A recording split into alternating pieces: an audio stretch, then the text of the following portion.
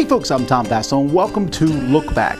This is where I take a look at reviews I did a year, 5 years, and 10 years ago this week and tell you what I think about them now. A lot of games to talk about. Let's get started. Last year, this week, I took a look at Exo Brainer, a tic-tac-toe style game, not worth your time. Barely working. I wanted to like this game because it's about bears. Just a little too lucky for me. Astro Drive. This is okay. Astro Drive, I feel like you just put okay on the cover and that's it. It's a little space racing style game, but it's very okay and low component quality doesn't help. Show and Tile. This is kind of putting tiles down, a little artsy fartsy type, not artsy fartsy, but I guess art type game. It's interesting. It's okay again. Holding On, The Troubled Life of Billy Kerr. Phenomenally cool idea. Really neat concept. Good game. I don't really have any desire to play it again. It kind of makes me sad, which is why I dropped the rating. This is like my personal rating. I still think the game's fine and you can try it out, but for me it was a little more, it's just not something I want to go back to. The Great City of Rome. This is unfortunately, this is a really boring Euro game. I thought the idea of building the Great City of Rome sounded really fascinating. This was okay at best. Architectura, almost good, right? A game when you're putting out these little city tiles here, and as you put them out, but it's very, very chaotic. I think I'd like it more if it was slightly less chaotic. The Lady and the Tiger, magnificent artwork. Several games included in this box. I think I like the first one the best, the two-player one. Some good stuff there. Pokey Dokey. I like this one, where you have these blocks come down and you're poking them out, poking out letters here. It's a funny concept, so there's that. Roll to the Top, a roll right game that is getting better for me, actually. As you roll dice and write the numbers down, and you're trying to write higher numbers or lower numbers, depending which way you're playing. Either way, it's the same game, essentially. But that there's different sheets available for it works really well. Fast Forward Fortune.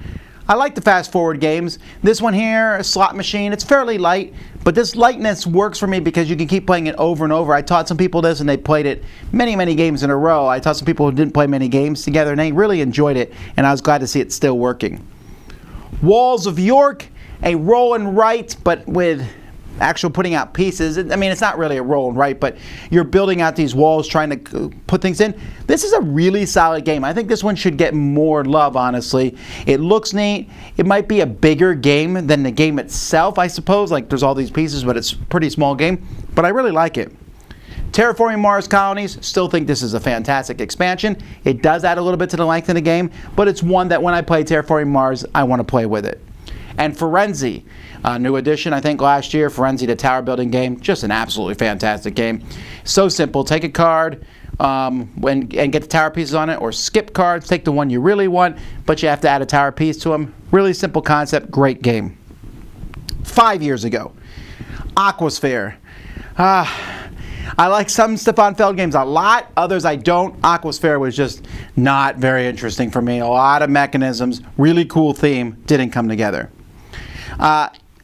Kaisos Hunters, this is a game that just didn't feel like they put a lot of effort into it. I mean, Aquasphere is a great game for the people who like it. Kaisos, I don't think it's good for many people at all.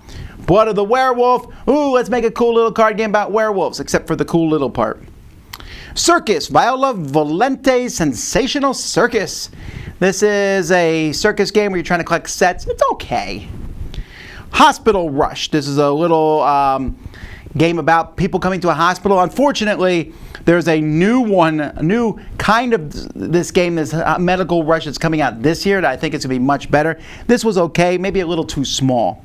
Games of Art, a book talking about art and games. That's okay. Munchkin Panic. Not as good as Castle Panic, but it wasn't bad either. But just Castle Panic is such a solid, good game. This takes the Munchkin universe and throws it in. The Golden Ages. This is a kind of a world-building game. It's a little weird. This one's dropped slightly for me. I still like it, but it's kind of an abstracted look, and you're building a continent, the continents of the world, although they could be very different than ours look. There's some neat aspects here, but I don't know if this one has staying power. Kings of Israel, this is a pretty solid a Christian game. There's not very many good Christian games out there. This one I liked, had some options. I'm always looking for games that feel like they're not just hack games. This is one of them. Alchemist. This is a pretty big drop. I still like the game. When it came out, I loved it. I love the app integration. I love the deduction. The only reason it's dropped is because as time has gone by, other games are doing what this one does even better with app integration and deduction. And the rest of the game, the worker placement stuff, isn't as interesting to me as the actual deduction part. Still a fine game. I just don't think it's great anymore. Colt Express. Fantastic game, running around a train, shooting each other. This one still is popular today. Seven Wonders BABEL. A lot of people aren't as big of a fan of this expansion as I am. I like it. Actually, not so much for the BABEL, but the Great Works part of it. There's two halves to the expansion. I think both are fine, but I like the other half even better. I think it's fantastic. I like Seven Wonders, but I really like these expansions. Medieval Academy, what can I say?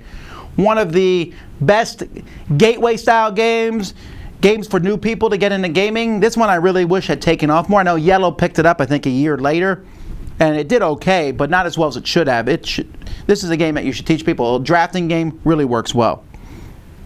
And CS Files. This one has gone up. They remade it, called it Deception Murder in Hong Kong, and we all know how good that game is. 10 years ago, Magnifico. This is a Risk style game that, again, 10 years later, I have a little bit less tolerance for playing these style games. It's okay. Pony Express. This is a nonsensical game where you roll dice, try to get poker hands, and then lie about them or don't lie about them, flicking dice, flicking at each other. There's just a craziness to the game. I enjoyed it. And Stronghold. It's hard to believe Stronghold is 10 years old now. A game about a siege. It's a little more complex maybe than I wish it could be, but some really neat ideas as you're pouring in these units one side and the other side just trying to hold them off. Just hold them off as long as you possibly can. Neat concepts there. Those are the reviews I did 1, 5, and 10 years ago. Until next time, I'm Tom Vasel, and you've been watching Look Back on a Dice Tower.